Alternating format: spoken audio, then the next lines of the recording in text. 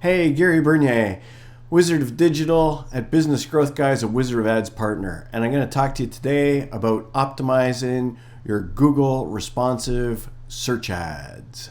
Since Google has announced to us that as of June 30th, we'll no longer be able to create or edit our expanded text ads, we better get really good at responsive search ads. Now, I've been doing a number of tests over the last year on these, and I'm going to share some of the results with you. They're not encouraging. I'm really pissed off at Google for this. Let me just say it. I really like my expanded text ads. I like the ability to run A/B split tests, and I can't figure out how to do that anymore in the new system. Google AdWords here. Go to your search campaigns. Now, the first thing you want to do is just go to your ads and extensions, and you're going to want to add a filter. And you're going to want to set the filter based upon an attribute, which is going to be ad type, and you're going to want your responsive search ads. So when we do this, now all I see is my responsive search ads pop up. You'll see ad type is responsive search ad all the way down.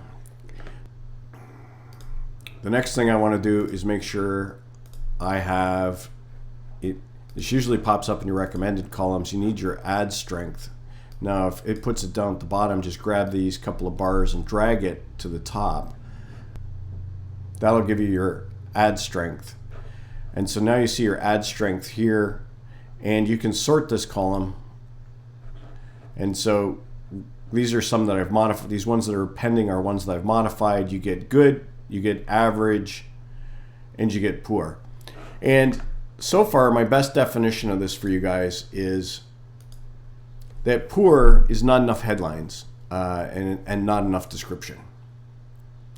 And average is like 7 headlines, 3 descriptions, and you're using some keywords in the headlines. Good is you're using all 15 headlines, 4 descriptions, but Google thinks they could be better. And excellent is 15 headlines and 4 descriptions that Google likes. That's sort of my description of that for you. So let's take one of these that's poor, and right away we'll be able to figure out, we'll take a look at the ad. So right away you see I'm only using 6 out of 15 headlines. That's why it's poor.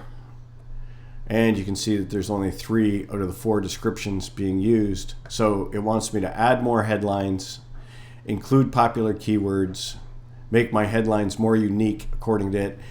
Google is taking a very transactional approach to this, which really frustrates me because I don't do a lot of transactional advertising for my clients. We do a lot more brand work, and it wants my descriptions to be more unique. The AI does not do a bad job at helping you with your descriptions. I will give the AI a bit of a plug there. So here are some suggestions from websites and existing ads.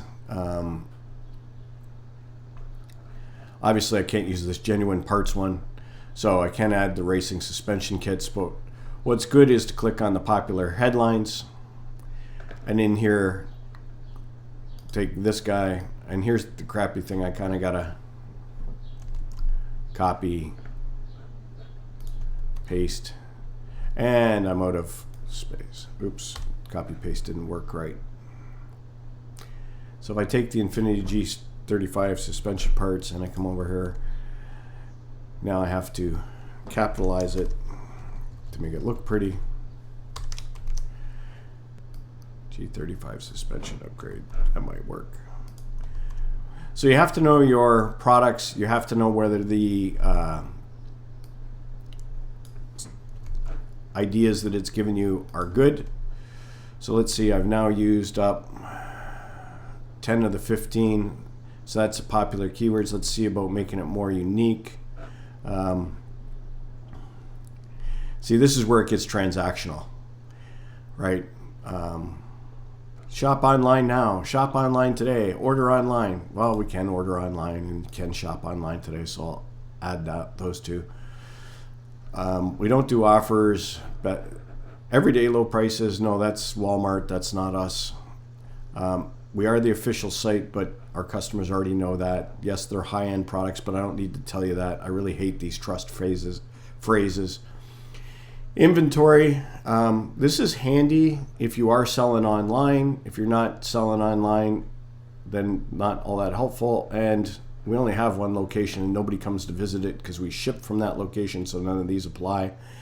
And these types of shipping options don't apply either. So it's hard sometimes to take Google suggestions and apply them because they don't actually fit what it is that you're trying to do. So let's see what they come up with for descriptions. As we're not the source for,